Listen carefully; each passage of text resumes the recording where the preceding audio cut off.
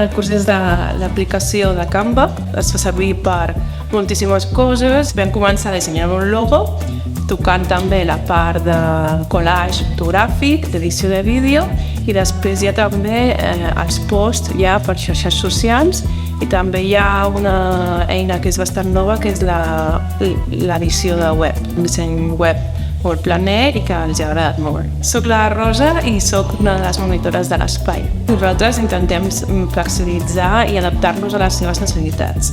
Llavors sí que els hi fem una presentació, ens ensenyem les eines bàsiques, les opcions, i a partir d'aquí doncs, també els demanem, preferiu fer, per exemple, un flyer o preferiu treballar més l'eina de l'edició de vídeo.